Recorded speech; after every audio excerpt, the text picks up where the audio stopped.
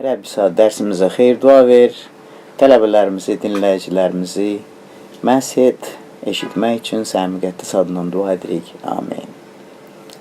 Romalılara 8:2. Çünki həyat verən ruhun qanunu bizi günah və ölüm qanunundan Məsih İsa vasitəsilə azad etdi. Bugün həyat verən qanunundan danışacağıq. Yadınıza salmaq istəyirəm ki, axırıncı dərsdə, 6-cı dərsdə biz həmən bu Romalılara 8:2 bəndindən günah və ölüm qanunu haqda danışdıq və söz vermişdim ki, bu günlərdə ruhun qanunundan danışacağıq və bu qanunu təşkil edən hissələrdən danışacağıq dostlar.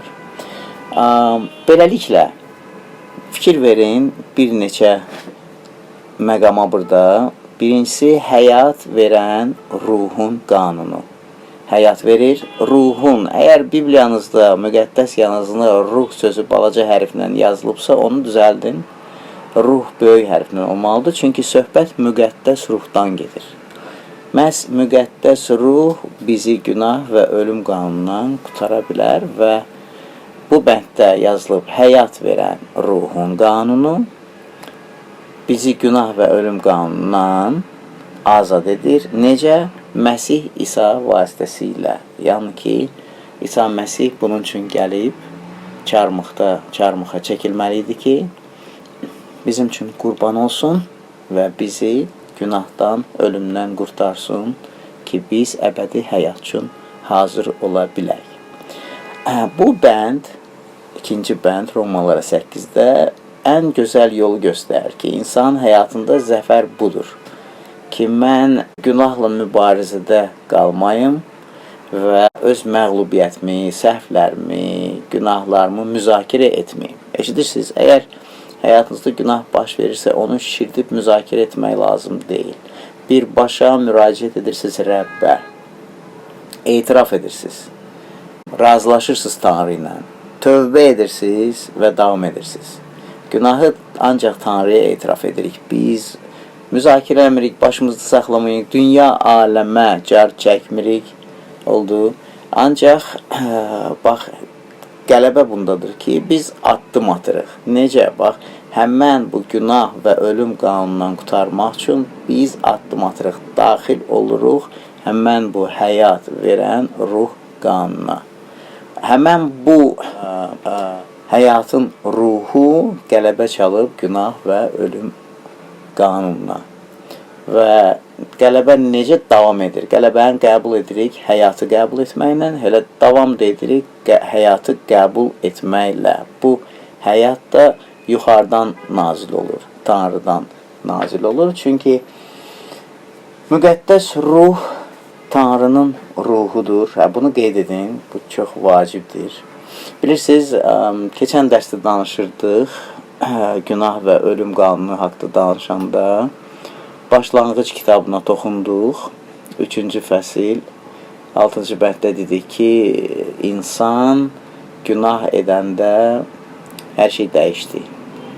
Günah daxil oldu, ölüm daxil oldu, lənət daxil oldu, qocalma daxil oldu, xəstəliklər daxil oldu və ölüm və günah qanunu fəaliyyətə başladı. Bax, indi bunun qarşısını almaq üçün Rəbb bizi yenidən ruhani həyata bərpa etməli idi.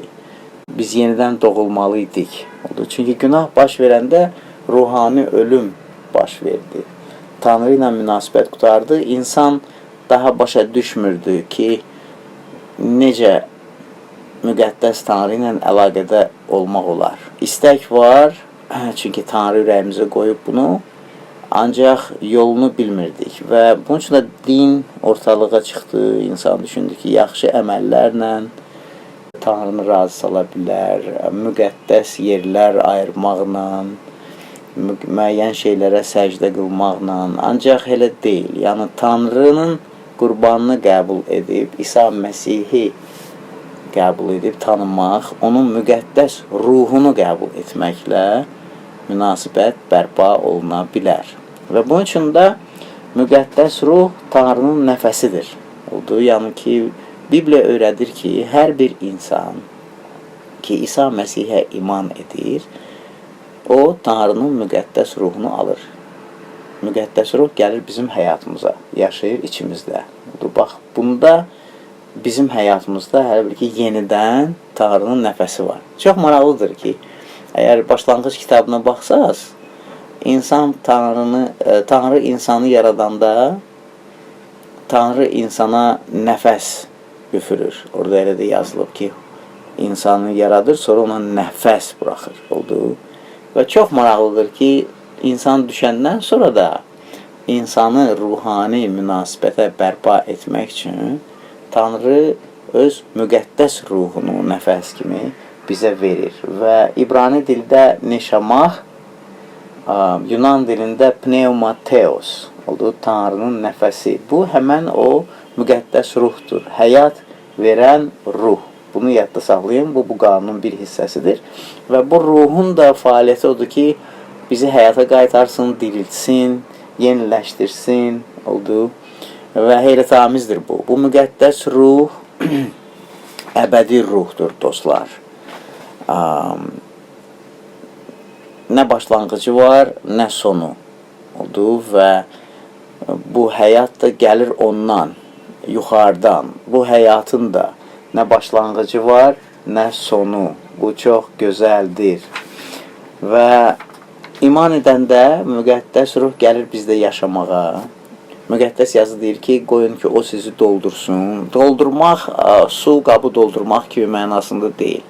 Doldurmaq bu deməkdir ki, mən bütün qayğılarımı, bütün həyatımı, istiqamətimi həvalə edirəm müqəddəs ruha. Yəni ki, cavabda indi odur. Oldu, bax, məni doldursun, yəni ki, mən ona tam şəkildə tabi oluram. Yəni ki, bütün rəhbərliyi verirəm ona. Çünki əslində qalsa müqəddəs ruh elə onun üçün də gəlib ki, bizi tam alsın, bərpa etsin, şəfa, qüdrət versin, bizə xidmət etsin. Çünki o təsəlli verən ruhdur. Çünki o həqiqətdə bizi yönəldən ruhdur.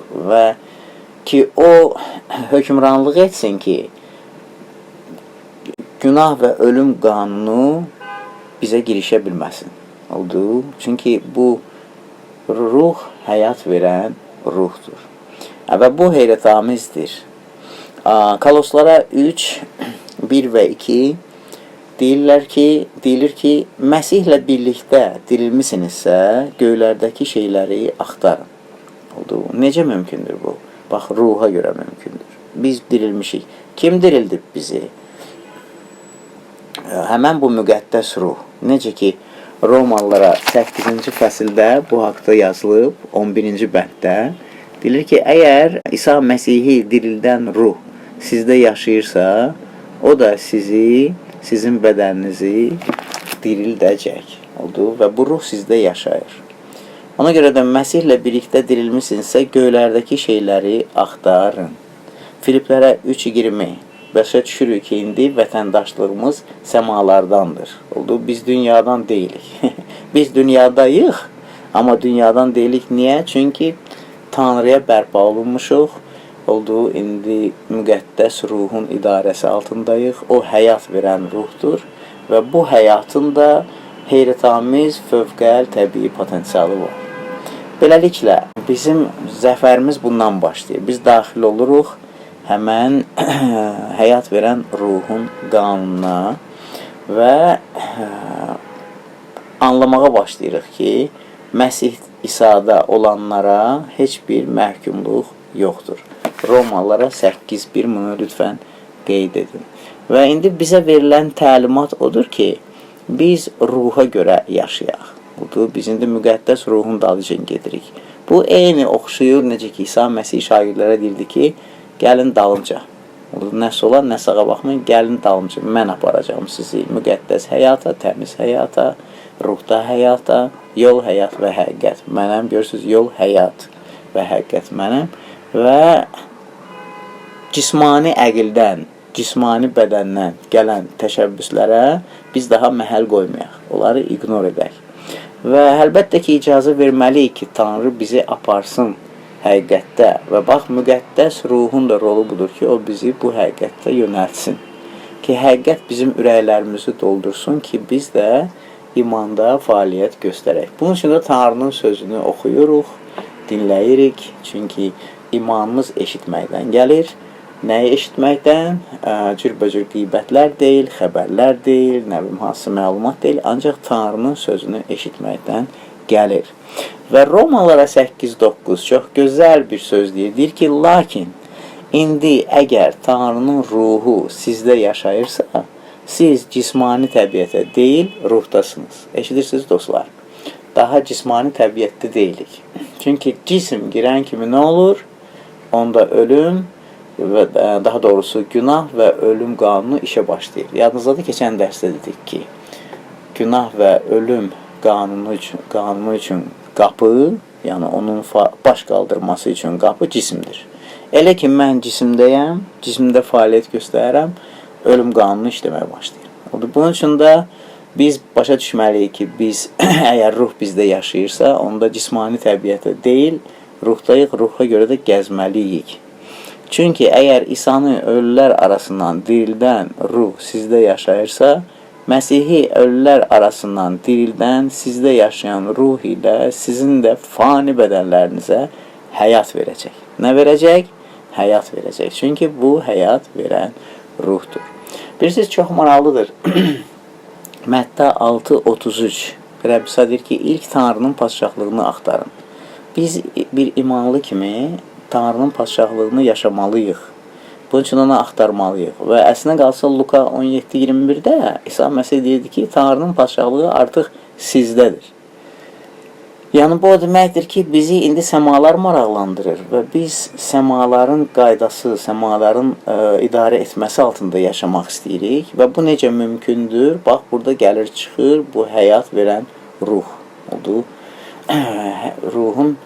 Həyatın ruhu və bu qanun işləsin ki, biz həyat alaq. Yoruluqsa güc gəlsin bizə, çaşırıqsa istiqamət olsun, oldu. Nəsə əzginəm, məyusam, oldu. Bax, müqəddəs ruhdan mənə qüdrət gəlir, təsəlli gəlir və ümid qoyur ürəyimə Tanrı üçün. Və bu da gözəl sözdür, yazın bunu, Həvvarilərin işləri 17:25. Nəfəs harda, həyat da orada. Amin. Bax, nəfəs harda, həyat da orada. Yəni, Tanrının nəfəsidir bu. Yəhya 6:63 İsa Məsih deyir ki, həyat verən ruhdur, başqa şey deyil. Cisim heç nə vermir. Oldu, amma həyat verən ruhdur. Bunun üçün də, dostlar, bu dərs var. Mən çox şadam ki, biz bu mövzuya toxuna bilərik. Bilin ki, biz daha, bax, bu heyrətamiz gözəl bir qanun altındayıq. Həyat verən ruhun qanunu altında. Bu da günah və ölüm qanunun öhdəsindən gəlir. Bu o deməkdir ki, bizdə indi dirilmə həyatı var. Bu o deməkdir ki, Romalara 8, 3 və 4 biz ruhda fəaliyyət göstərməliyik. Oldu. Həmişə gəzmək lazımdır ruha görə, ruhun dalıca. Qalatlara 5:16 deyilir ki, ruha görə həyat sürün. Amin. Ruha görə həyat sürün. Qalatlara 5:25 ruha görə yaşayırıqsa, ruha görə də rəftar edək. Hər şey dəyişir həyatımızda. Romalılara da 7:6 deyilir ki, indi ruhun yeni yolunda qulluq edirik. Amin. Yəni, ruh olmasa, mən Tanrıya qulluq etməyə can atacağım. Amma bu cismani olacaq, insani olacaq, öz enerjimdə olacaq, öz biliyimdə, öz gücümdə, başa düşürsünüz. Və əgər cisimdə olsam, yox, yenə də günah və ölüm qanunu baş qaldıracaq.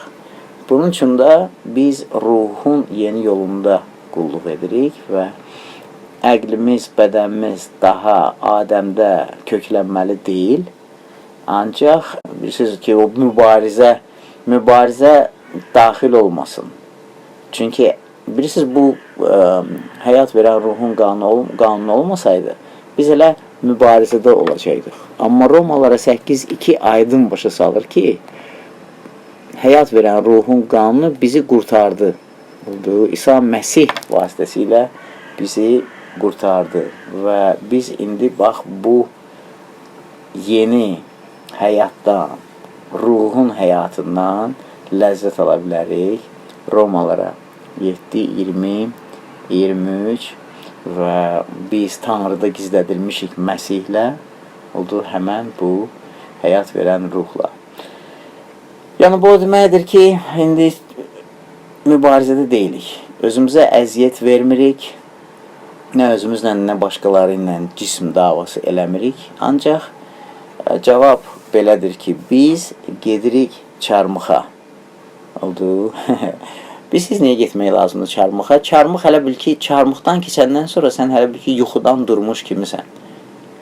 Siz ölürsən və təzədən ayılırsan. Bax, ona görə bizə lazımdır çarmıx. Çarmıxa getdin, hələ bil ki, ruhda ayılırsan və yeni həyat başlayır və indi çarmıxdan əsaslanıb həyatı yaşayırsan.